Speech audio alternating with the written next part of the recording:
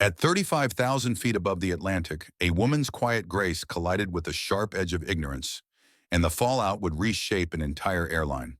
Dr. Celeste Warren, 42, wasn't just another first-class passenger on Flight SA-207 bound for London. She was one of the nation's leading pediatric neurosurgeons, a woman whose hands had saved lives before birth, whose mind had mastered complexity far beyond the reach of most. To her, flying was a necessity, not a luxury. First class wasn't indulgence, it was sanctuary. After years of sleepless nights, relentless surgeries, and emotional exhaustion, she sought rest in the hum of jet engines and the touch of a warm towel. She settled into seat 2A, wearing an elegant cashmere set soft in tone, but unmistakably elevated. At her feet rested a handbag, deep ox blood minimalist, quietly powerful.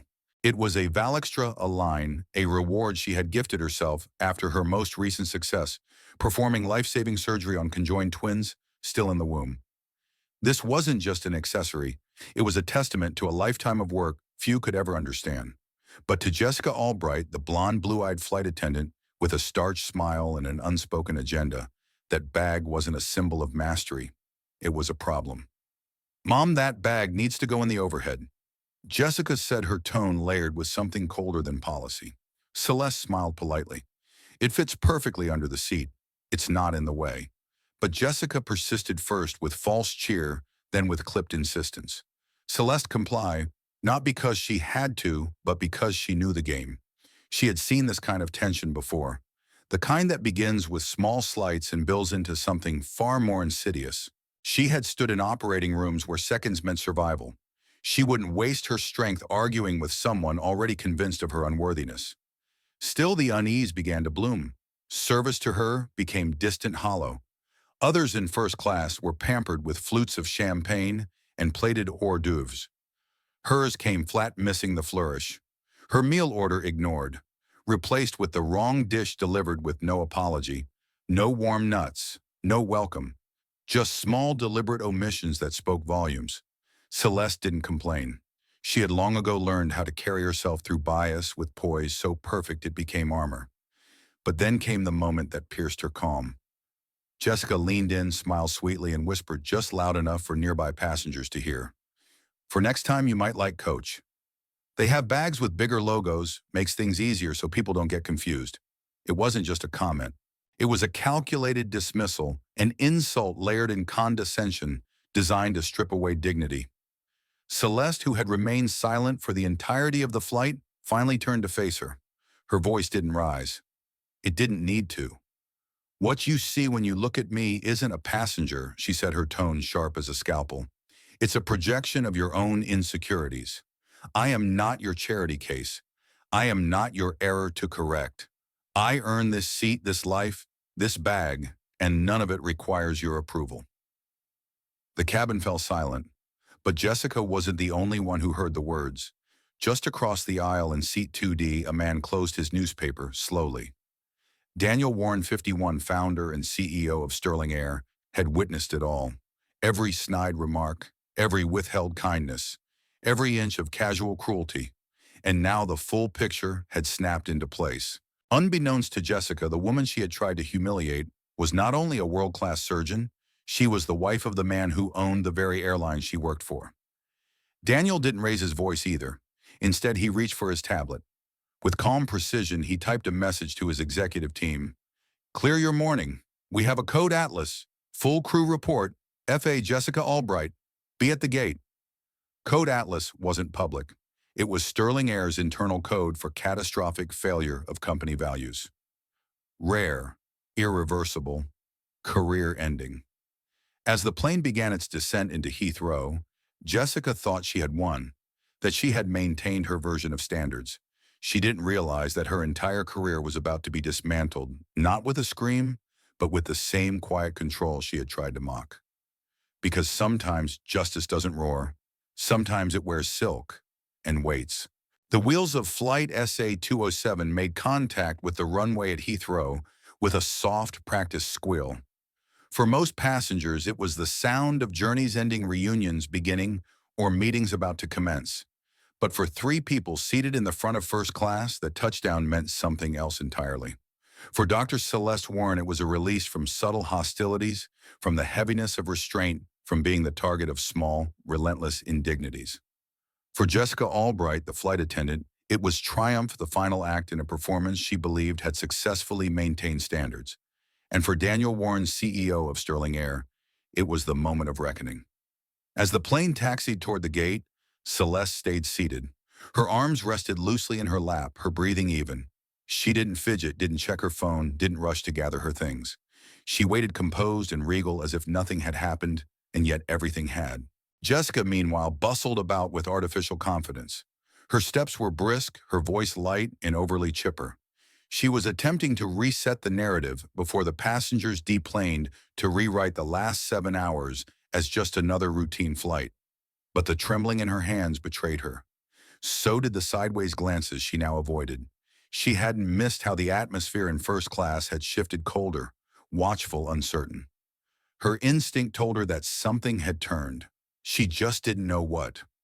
Not yet. Passengers began to gather their belongings. Seatbelts clicked open. Bags rustled from overhead bins. Even in this moment, Jessica avoided eye contact with Celeste. She had delivered her final insult. You might like Coach, bigger logos, less confusion. That was the crescendo in her mind. The exclamation point. The humiliation she thought would linger. She had no idea that she was not the author of this story. Daniel Warren stood slowly from seat 2D, folding his newspaper with surgical precision. He reached up, removed his carry-on bag, and waited watching. He said nothing to Jessica as she passed by his row. His silence wasn't disinterest. It was judgment. A few rows behind the purser, Gregory Paulson, a man with 20 years of spotless service, noticed the CEO's stillness and paled. He suddenly remembered the small, uncomfortable moments from the flight, the misserved meal, the flat champagne, the bag overhead. He remembered his inaction, his choice to observe and do nothing. And now the CEO's presence put all of that under a brutal fluorescent light. Gregory's hands grew clammy. He had made the wrong choice, the kind that didn't disappear with an apology. The aircraft door opened with a hydraulic hiss. The scent of jet fuel, stale air, and fluorescent lit terminals filled the front cabin. Jessica stood beside the door with her trademark smile, ready to recite her farewell script. But as Celeste stepped forward, she was not alone. Daniel moved beside her, not behind, not ahead, beside, as equals, as partners. Jessica's eyes darted between them, her composure cracking for the first time. The way Daniel looked at Celeste, familiar, intimate, protective, shattered the illusion she had crafted. Her smile faltered, and then came the final blow. "Ready to go, Dr. Warren?" Daniel asked gently, offering his hand. Celeste smiled, radiant and unbothered. "More than ready, Mr. Warren." Their fingers intertwined as they walked past Jessica. The air seemed to shift around them, heavier with realization, sharper with meaning. The passengers behind them fell silent. The purser's face went slack with horror. Jessica's body stiffened. Her pulse surged. Her throat tightened. "Mr. Warren, Dr. Warren." She turned pale as the blood drained from her cheeks. She looked at the man she had spoken to only in passing. The man she had smiled at, called sir, with rehearsed charm, offered wine to with deference, and realized he was the owner, the founder, the man whose name was on the tail of every Sterling Air jet, the man whose wife she had tried to belittle. Gregory the purser took a cautious step forward. "Mr. Warren, sir, I trust the flight was satisfactory." Daniel's voice was quiet, but each word landed like a stone. "Satisfactory," he repeated. "Gregory, this was one of the most unpleasant flights I've ever taken. Not because of the turbulence, not because of the plane, but because of what I witnessed in this cabin." He didn't raise his voice. He didn't need to. Every syllable was weighted with authority. "Jessica," he said, turning his full attention to the flight attendant, "isn't that your name?" She nodded slowly, lips trembling. "I believe you know my wife," he added. The word wife dropped like a hammer. Jessica tried to speak, but all that came out was I didn't know that. Daniel interrupted is precisely the problem. "You shouldn't need to know who she is. You shouldn't need to know who any passenger is to treat them with basic human dignity." The nearby passengers stood frozen, caught in the unfolding drama. "I've watched you," Daniel continued, his voice a calm thunder. "You dismissed her, disrespected her, and excluded her all based on nothing more than your own assumptions. You didn't ask who she was. You decided who she was.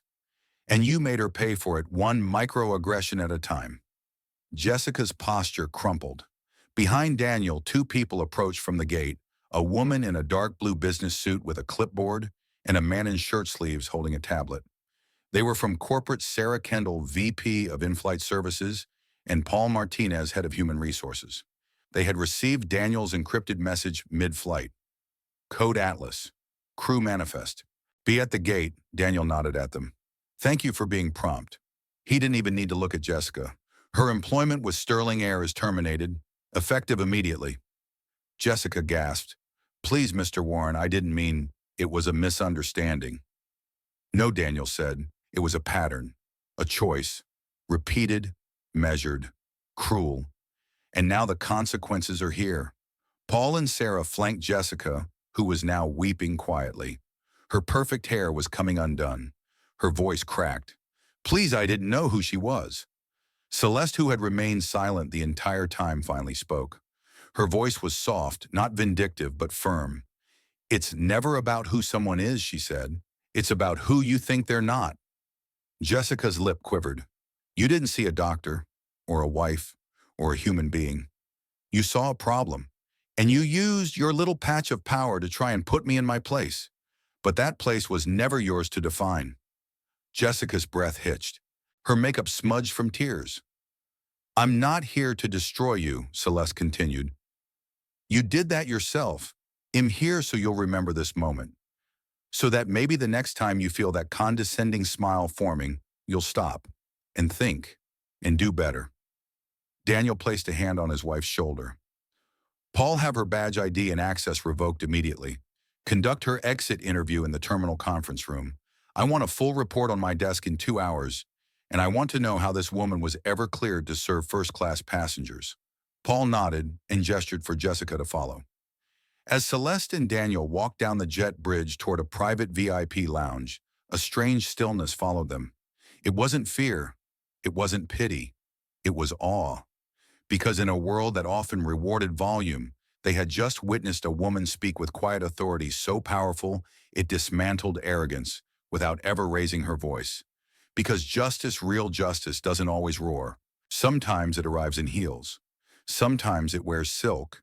And sometimes it looks you in the eye and asks, what did you assume? The private lounge at Heathrow was quiet, too quiet. Thick carpets muffled footsteps. Polished walnut tables gleamed under soft lighting. This was the place where powerful decisions were made away from the noise of terminals and the clamor of crowds. It wasn't just exclusive. It was surgical, controlled, deliberate, and above all private, just as Daniel Warren had designed it. He stood near the frosted glass window, hands clasped behind his back, watching planes taxi in and out of sight. Beside him sat Dr. Celeste Warren, now changed into a tailored blazer and jeans, her elegant presence untouched by the turbulence both literal and emotional of the flight they had just exited. Across the room, seated with notepads, tablets, and expressions stiff with tension, were Paul Martinez, Head of Human Resources, and Sarah Kendall, Vice President of In-Flight Services. Both had flown in from Sterling Air's London regional office as soon as the text came through. Paul broke the silence first. We've completed the immediate termination protocols. Jessica Albright was processed and escorted out of airport premises 20 minutes ago. Her badge is deactivated. All internal systems access has been revoked. Security footage, Daniel asked without turning. Pulled, Sarah answered quickly. We also gathered incident logs, witness statements, and onboard interaction reports. The entire cabin service breakdown confirms a pattern of targeted exclusionary behavior. Multiple passengers corroborated Celeste's account without knowing her identity. Celeste lifted her cup of herbal tea but didn't drink. They shouldn't have to know my name to tell the truth. Paul nodded. They didn't. That's what makes their testimony strong. They spoke up because they knew something was wrong, not because I'm married to the CEO. Daniel turned slowly, his eyes sharp. Then let's talk about how this happened. How a woman with such clear biases, subtle as they may be, was cleared to serve our premier routes. What failed, Paul's jaw tightened. Her personnel file is clean. No major incidents, minor notes, late check-ins, a couple of grooming standard reminders. Nothing escalated. That's the problem, Celeste interjected. Bias like hers doesn't always show up in reports. It shows up in the warmth that's withheld in the extra pause before pouring wine, in the way she makes someone feel like they're an intruder, even when they're exactly where they belong. Daniel looked to Sarah.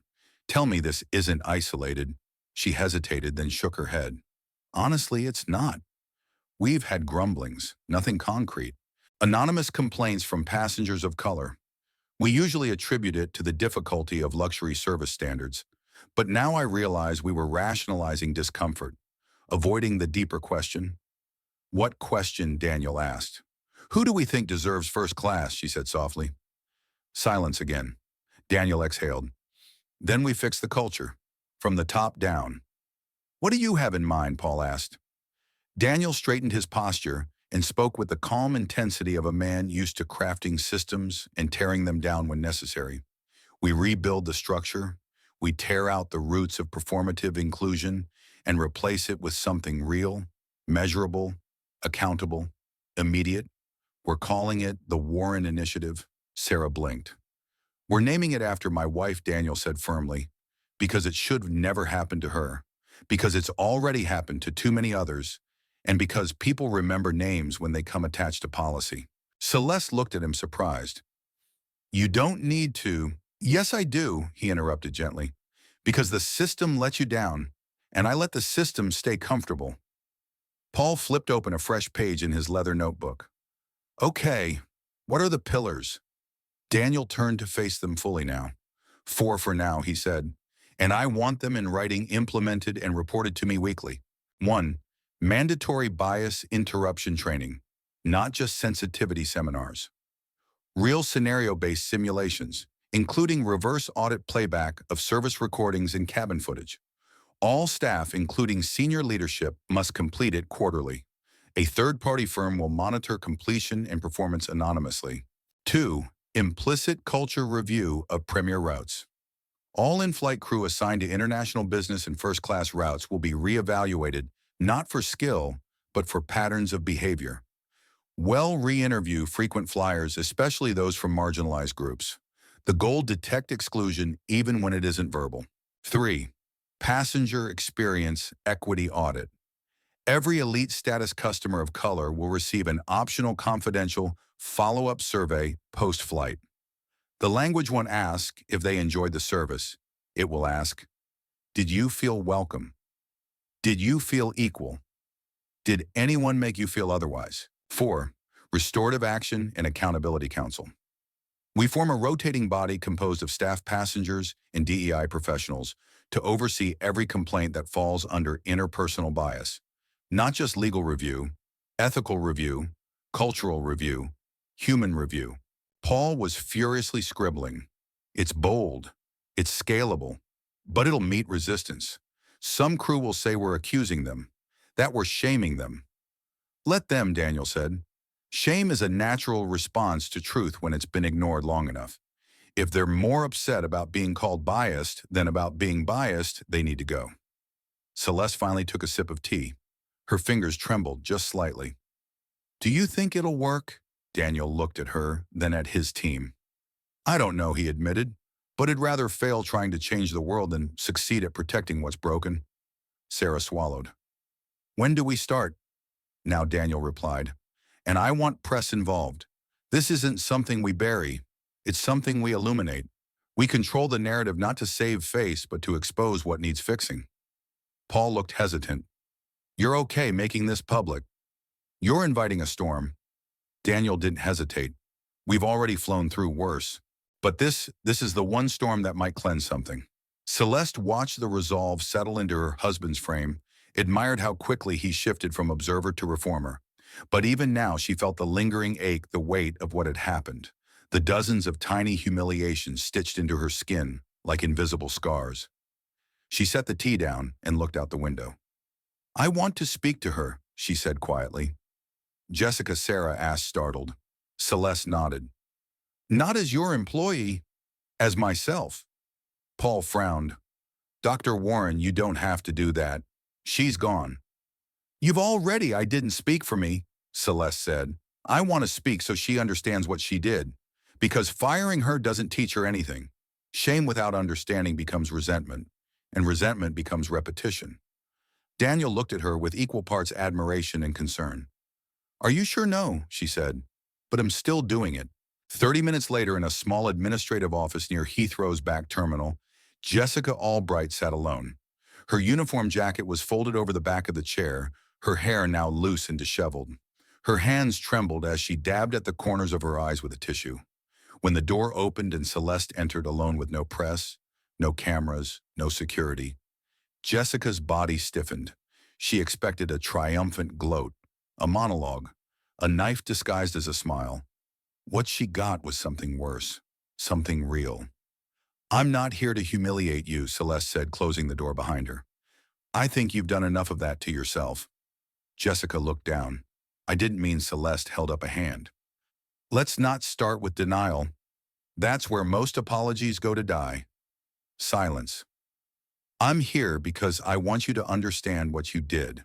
Not just to me, but to every person who looks like me that you've ever made feel like they didn't belong." Jessica's face crumpled. "I was just following procedure. Procedures don't choose where to serve champagne. Procedures don't decide who gets offered a blanket. People do, and your choices, consistent, intentional, and carefully delivered, were not neutral. They were surgical. You used your uniform like a scalpel, and you tried to cut me out of a space you didn't think I deserved to be in." Jessica sobbed quietly. "I didn't know you were his wife." "And again, that's the problem," Celeste said softly. "You didn't see a wife, or a doctor, or a woman who deserved care. You saw color. You saw status you didn't believe I had, and you punished me for it."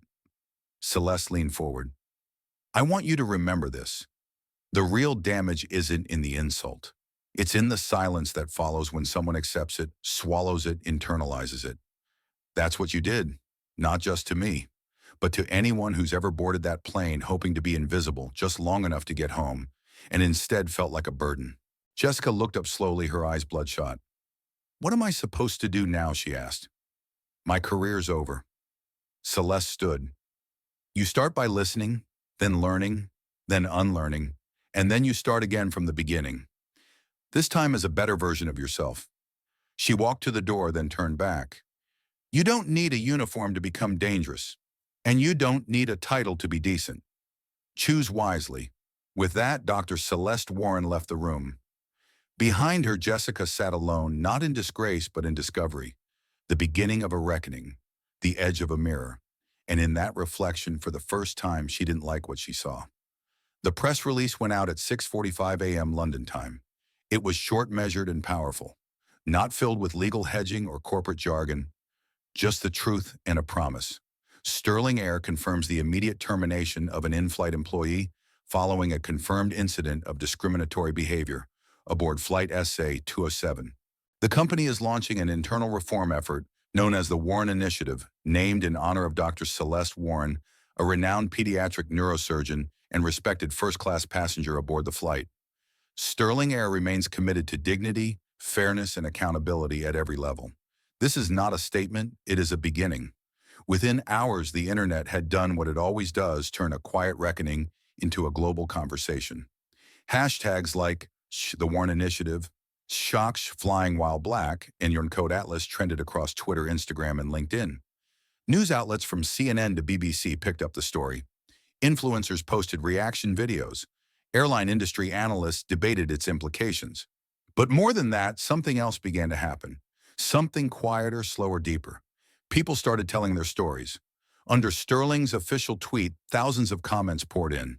"My mother, a retired school teacher, was asked to show her first-class ticket twice before sitting down. Nobody else was. As a black business traveler, I learned to keep my headphones in just to avoid accidental microaggressions from flight attendants. This is the first time I've ever seen an airline not just apologize, but actually do something." Thank you, Dr. Warren. Inside Sterling Air's corporate headquarters in Chicago, Daniel Warren sat at the head of a long conference table, surrounded by department heads, legal, marketing, training, diversity, and inclusion operations. He was no longer acting as husband. Now he was acting as CEO. "Damage control," the VP of Public Relations had asked. "No," Daniel said. "We don't control the damage. We reveal the rot and we start cutting. This is not containment. This is confrontation. There was silence in the room, respectful, a little afraid. Every major outlet will want interviews, the PR head added.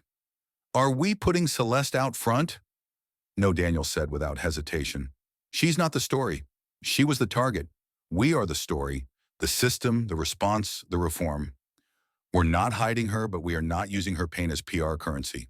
Instead, Sterling Air launched a digital town hall streamed on YouTube and its official site, a 40-minute video featuring Daniel DEI experts and a panel of long-tenured employees of color-sharing experiences and walking through the Warren Initiative, pillar by pillar. It didn't go viral in the traditional sense, but it went deep, quiet, like a storm front pushing into corporate skies long left untouched. Competing airlines watched with suspicion. Some mocked it as corporate theatrics. Others scrambled internally, fearing exposure. But passengers noticed, especially the ones who had never dared to speak, especially the ones who thought they'd just imagined it all. And then came the moment no one saw coming. 1 week later, an open letter Dr. Celeste Warren hadn't planned to speak publicly.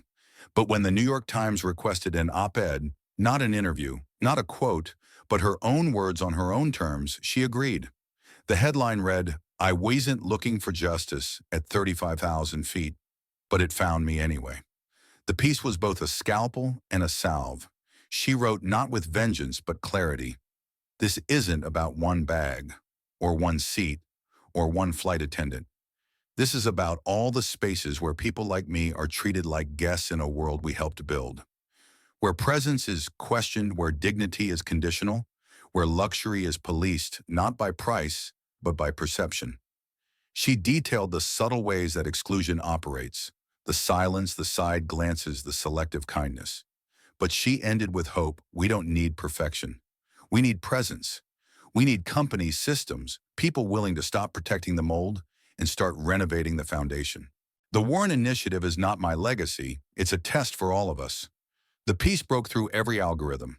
It was printed in full across The Guardian, reposted by thousands on Medium, and shared by former President Barack Obama with the caption, "Read this." Then read it again.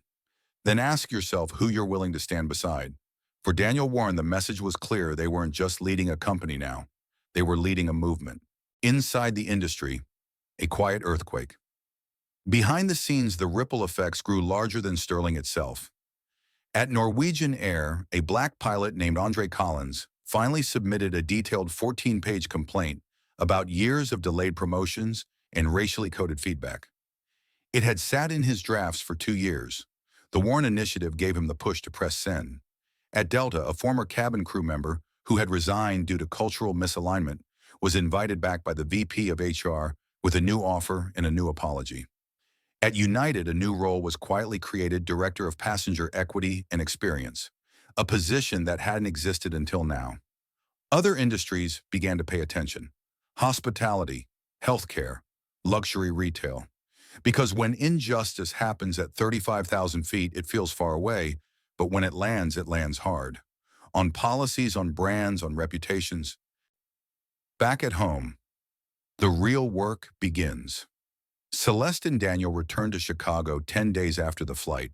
For the first time in years, their home felt like a sanctuary instead of a stopover. But rest was elusive. Celeste received hundreds of messages from students, surgeons, mothers, strangers, all thanking her, all asking for advice. And then one letter arrived that stopped her in her tracks. It was handwritten, no return address, just a first name, Jessica. Inside were just 6 words, I see it now. Learning. Celeste closed her eyes and let the words settle. Not because they fixed anything, but because they cracked open something she hadn't expected, the possibility that maybe, just maybe, change could be personal after all. 12 months later, a different flight. It was almost poetic. Flight SA 2107, same route, same aircraft type. London to Chicago, but this time it was different. The flight attendants greeted passengers with warmth, without assumption. Every name was learned. Every interaction documented for training. Every choice guided by the Warren Protocol, a now standard training system used by over a dozen airlines.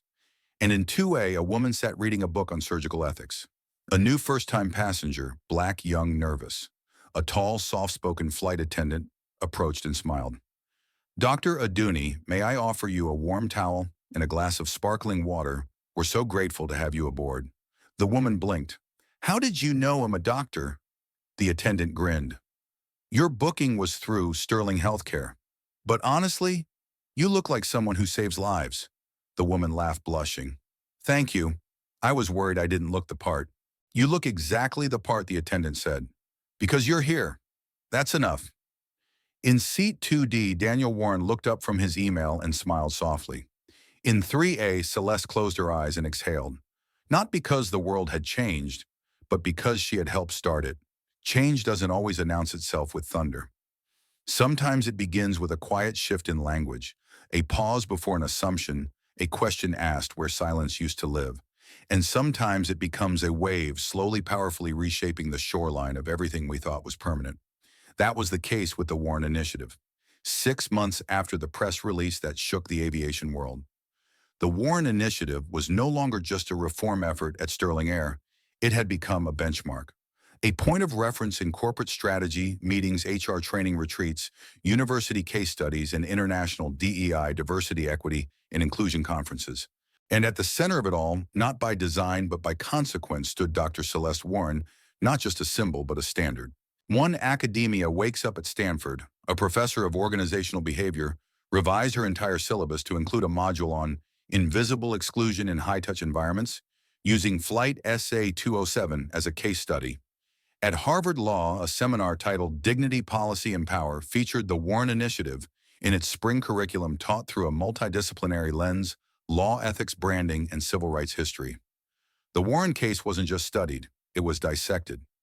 Professors asked what could have prevented the incident before it began. Should power dynamics between employees and high-profile customers affect how reform is administered?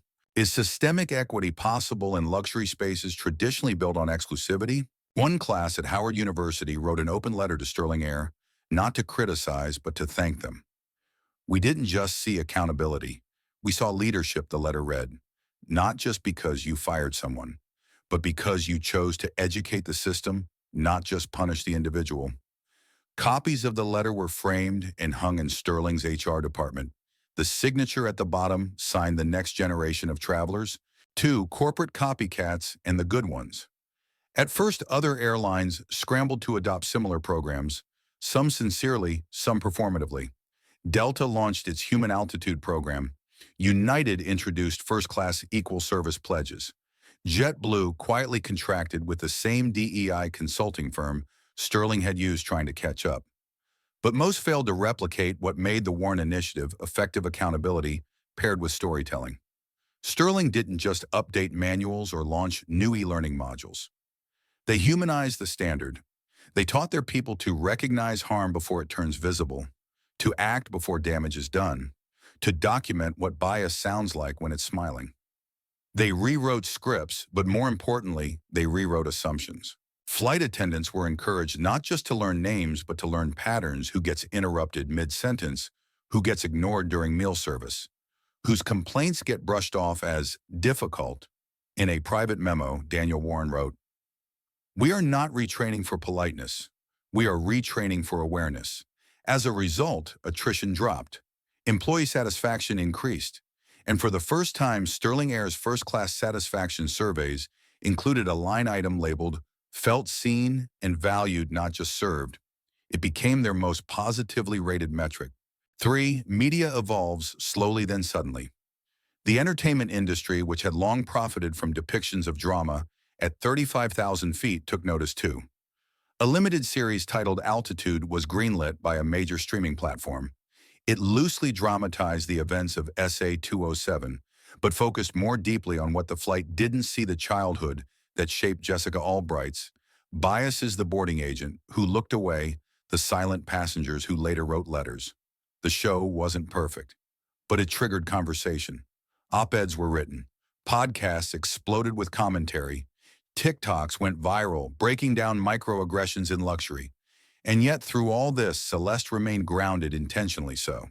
She declined most interviews, turned down speaking engagements, politely refused TED Talks and book offers. I don't want to be famous for surviving something I shouldn't have had to survive, she said once to Daniel while folding laundry in their Chicago home. But there was one place where she chose to show up. 4. The classroom in the sky. Once a month, Celeste volunteered at a local aviation school in the south side of Chicago, a program training flight attendants, most of whom were young black and female. She didn't lecture. She listened. She asked them how they imagined handling conflict on board. She asked them what made them feel disrespected and what made them feel powerful. She brought printed surveys used in the Warren Initiative and walked them through why the questions mattered more than the answers. One student, 19 and soft-spoken, asked her, "Dr. Warren, do you think people like us can ever really belong in first class as passengers?" I mean, Celeste took a breath. You don't belong in first class because of what you wear. You belong there because you're worthy of being seen. Full stop. The seat doesn't grant your worth. You grant the seat its dignity. The room went still. Then the students applauded not loudly but with reverence. It wasn't a viral moment, but it was the kind that sticks. Cheer to we 5. Jessica Albright. The other side of the story. No one expected Jessica to vanish into obscurity, but few imagined what came next. 6 months after her termination, she reappeared not on TV, but on a podcast called Quiet Turns, known for its intimate interviews with people undergoing transformation. The episode title, I Was Wrong at 35,000 Feet. Jessica spoke candidly, not perfectly, but honestly. She didn't claim ignorance. She didn't ask for sympathy. I didn't see her, she said. I saw my fear. I saw my assumptions. And I acted like they were facts. That's how prejudice works. It pretends to be certainty. The host asked her, "Why come forward now?" Jessica's answer was quiet. "Because I don't want to be remembered for who I was on that flight. I want to be remembered for who I chose to become after." Reaction was mixed. Some called it calculated. Others found it brave. Celeste never commented on the episode publicly, but she listened to it twice. When Daniel asked her what she thought, she said, "She's still learning." That's all any of us can do. 6. A seat that matters. 1 year after Flight SA-207, Sterling Air unveiled a new in-flight program called the Human Altitude Series, a rotating set of short documentary clips shown in first and business class that explored stories of inclusion, dignity, and service. One of the first clips was a reenactment, not of the flight, but of Celeste's exit interview with Jessica word for word. It was raw, real, beautiful. At the end of the program, a message appeared on screen. You never know who's sitting beside you. Treat every seat as sacred, because dignity should never require status. Passengers watched. Some cried, some reflected. Some just stared out the window a little longer, but all of them remembered. And then came the award. 9 months after the incident, Celeste received a call from the National Civil Rights Museum in Memphis. They wanted to honor her not for enduring racism, but for what she made of it. The official citation read, "For transforming silence into structure, for choosing clarity over outrage, for reminding a nation that grace is not weakness, it is resistance wrapped in dignity." The ceremony was quiet, intimate. Celeste wore navy blue. Daniel sat beside her. Their daughter, 15, held her hand. There were no speeches from celebrities, just survivors, just advocates, just people who had been excluded too and now felt a little less alone. Legacy is not loud. It's lasting. Celeste never sought to become a movement. She wanted to rest, to fly quietly, to be seen as a human being doing extraordinary work, not as a symbol, but the universe had other plans. And when the moment came, she didn't roar. She simply stood. And sometimes that's enough to move mountains. Because justice doesn't always come with a gavel. Sometimes it comes with a whisper. Sometimes with a warm towel. And sometimes it sits silently in 2A, reminding the world that the fight for dignity begins not with grand gestures, but with small, firm, relentless acts of being exactly who you are, even when the world tells you not to be. It had been nearly 18 months since Flight SA-207. Enough time, one would think, for the story to fade, for headlines to quiet, for hashtags to drift, for the public to move on. But Dr. Celeste Warren's life had not returned to normal. Not entirely, because something had shifted not just around her, but within her. She had become something she never set out to be: a symbol, a standard, a mirror that others held up to measure their courage, their silence, their complicity. The morning after she received the Civil Rights Legacy Award, Celeste sat alone in the kitchen of their Chicago brownstone, staring at a manila envelope on the counter. Daniel had left it there the night before, gently, silently, not to pressure her, but to give her space, inside a proposal. Not from Sterling Air, not from a media company, but from the White House. The letter was straightforward. The President's Advisory Council on Civil Equity and Justice was forming a new subcommittee focused on bias and dignity in everyday environments. Celeste was being asked to serve as its inaugural co-chair. It wasn't just an honor, it was a call. She didn't open the envelope. Not right away. The weight of being seen. She poured herself a mug of tea and sat by the window, watching morning light soften the edges of the city. The birds outside moved with purpose. The city below, relentless and uncaring, churned forward as if yesterday's victories were already forgotten. And in her chest, something warred between exhaustion and obligation. Since the incident, Celeste had received nearly 100 invitations, panels, symposiums, think tanks, foundations. Some wanted her insight. Others wanted her image. Some simply wanted to borrow her credibility. She had said no to nearly all of them, not because she didn't care, but because she didn't want to spend her life reliving the worst day of it. Celeste was first and foremost a surgeon. Her hands were trained to repair the fragile, not represent the forgotten. And yet she had become both. She knew what the world saw: a black woman in first class who had spoken truth with dignity and precision. But what they didn't see was everything beneath that calm. The years she spent being the only one in white coats in surgical theaters, the patients who questioned her credentials, the donors who assumed she was the assistant, the meetings where she spoke only to be credited as someone else. Flight SA-207 was not an isolated injustice. It was a magnifying glass. And now everyone expected her to hold it up again and again. But what no one asked was, what does Celeste want? Daniel's question. That evening, Daniel found her still sitting in the same chair, envelope untouched. He didn't say anything at first, just walked in, loosened his tie, kissed her on the cheek. Then as he refilled her tea, he asked softly, "What's holding you back?" She looked at him. "I don't want to become a mascot." He nodded. He didn't rush her. He knew when she needed space to unfurl. "I love that people were moved," she continued. "But I didn't speak so I could become a brand. I spoke so someone like me wouldn't have to next time." "And yet Daniel said they're still speaking." She sighed. "That's the point, isn't it? Nothing's fixed. They want me to help build a table I never asked to sit at, and I can't tell if it's a gift or a trap." Daniel walked to the counter, picked up the envelope, and handed it to her. "You don't have to open this," he said. "But if you do, don't do it because you feel obligated. Do it because you feel ready." She didn't open it that night, but she slept with it under her pillow. The visit that changed everything. 2 days later, Celeste received a handwritten note delivered to the hospital. It was from a young woman named Raya Coleman, a second-year med student at Howard University. The note was simple, trembling with earnestness. "I used to think power looked like anger. But when I saw what you did, I realized power can look like stillness. Thank you for teaching me that I don't have to roar to be heard. I hope one day I make someone feel as seen as you made me feel." The letter came with a photograph, Raya wearing a white coat, her stethoscope around her neck, her eyes fierce with purpose. Celeste sat at her desk, the photo trembling in her hands. This was what she had unknowingly become: not a brand, not a speech, but a signal. A lighthouse for those still navigating. A choice reframed. The next day, she called the number inside the White House envelope. She didn't say yes, but she asked for more time. She asked questions no one expected.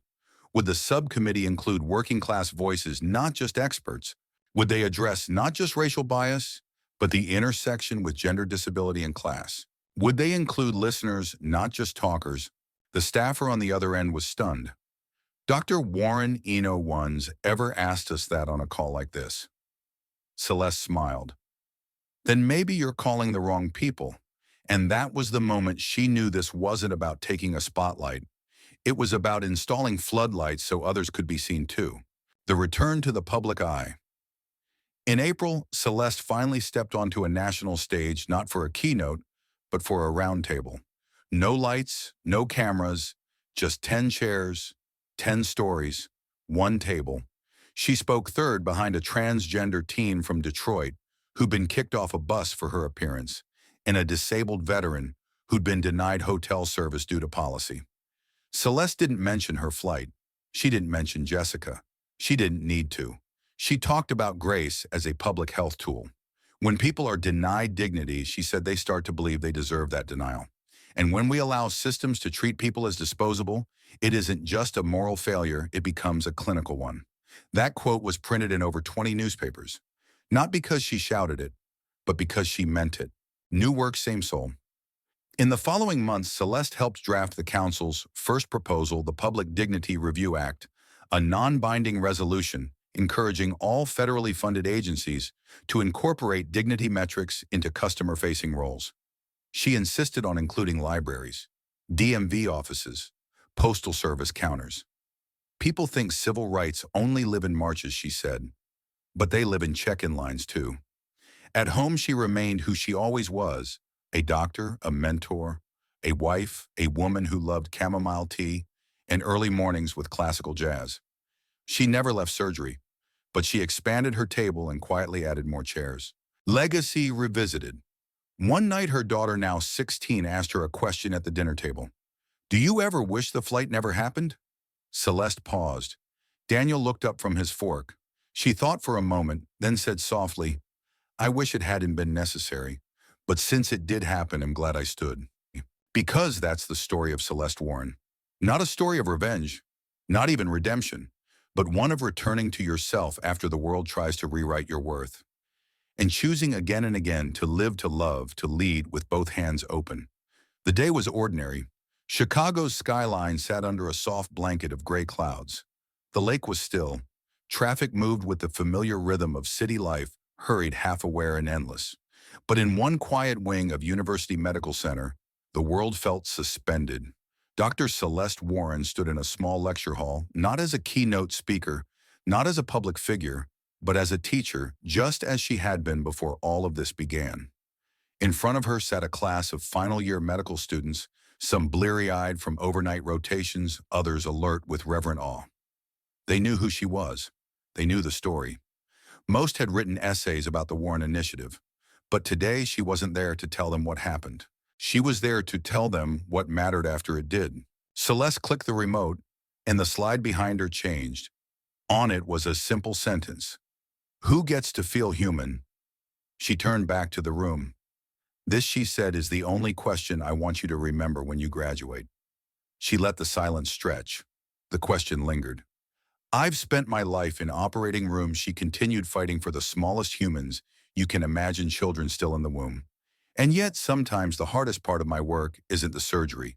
It's walking into a room and having to convince someone that I belong there." She glanced at a young black woman in the front row. Their eyes met. There was no need to speak. Celeste went on. "You will encounter patients who test your patience, colleagues who challenge your competence, systems that will ignore what you know and reward what you look like. And in those moments, you'll be tempted to retreat, or roar, or become someone else entirely." She paused. "But there's another way, a quieter one that takes more strength than anger ever will. You can choose to remain yourself, steady, grounded, clear, and let your work speak louder than your wounds." Someone sniffled in the back row. She let it be. After the lecture, as students gathered around her with books and questions and thanks, one young man approached, his hands shaking. He didn't ask for an autograph. He didn't ask about politics. He just asked, "Was it worth it?" Speaking up, Celeste looked at him, really looked, and then she smiled. "Yes," she said, "not because I won anything, but because I didn't lose myself." That night at home, Celeste curled up next to Daniel on the couch. No cameras, no microphones, just jazz playing softly in the background and a bowl of popcorn between them. She rested her head on his shoulder. He ran his fingers gently over her wrist. "You know what I realized," she whispered. "What's that?" he murmured. "That flight," she said, "wasn't just a turning point. It was a checkpoint." He turned to her, curious. "How so?" "It showed me who I was. Not who the world assumed I was, not what a uniform saw, but me. And I got to choose what came next. Daniel smiled. And you chose beautifully. In the months that followed, Celeste continued to work, to teach, to write. She quietly co-authored new hospital policy focused on patient dignity protocols, now adopted by several major medical institutions. She didn't need a book deal, or a Netflix special, or another award. Her life became her legacy, not carved in marble, but felt in moments. In the young doctor who now gently corrected a nurse who misgendered a patient. In the airline trainee who quietly handed a blanket to a woman wearing a hijab before she even asked. In the receptionist who no longer asked, "Are you sure you're in the right place?" Because that's what real change looks like. Not fireworks, but flickers. Not revolution, but repetition. Not power, but presence. One autumn afternoon, Celeste returned to the same gate at O'Hare where her flight had begun. Not to relive anything, just to watch. She sat quietly, observed. A black father helped his daughter put her coat on. A white flight attendant crouched to their level and offered a sticker shaped like a plane. The father smiled. Celeste felt a lump rise in her throat, not from pain, from recognition.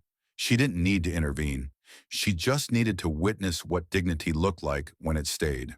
Before she left, she pulled a small notebook from her bag and scribbled something on the last page. You don't always get to choose your moment, but you always get to choose who you are inside of it. And that choice every time is your seat at the table. She closed the notebook and walked away, with her name still hers, with her story fully told, and with the quiet, unshakable truth that justice isn't an event, it's a practice. Daily, ordinary, enduring, just like her. In life, dignity isn't always demanded. It is chosen quietly in moments when the world tries to strip it away. Dr. Celeste Warren's story reminds us that true strength doesn't always roar. Sometimes it sits calmly in its seat, speaks clearly when needed, and walks away with its head held high. The real power lies in knowing who you are, even when others try to define you differently. As we age, we understand more than ever the cost of silence and the grace of speaking up, not for attention, but for integrity. This story teaches us that change doesn't always come in big speeches or sweeping gestures. It begins in small, consistent acts of decency, courage, and presence. Whether you're navigating a boardroom, a hospital, or a plane at 35,000 feet, the question remains, who gets to feel human, and what will you do to make sure they do? No matter our age, we all have the ability to lead by example. And sometimes the most radical thing we can do is to stay true to ourselves with unwavering grace. That's the kind of legacy that never fades.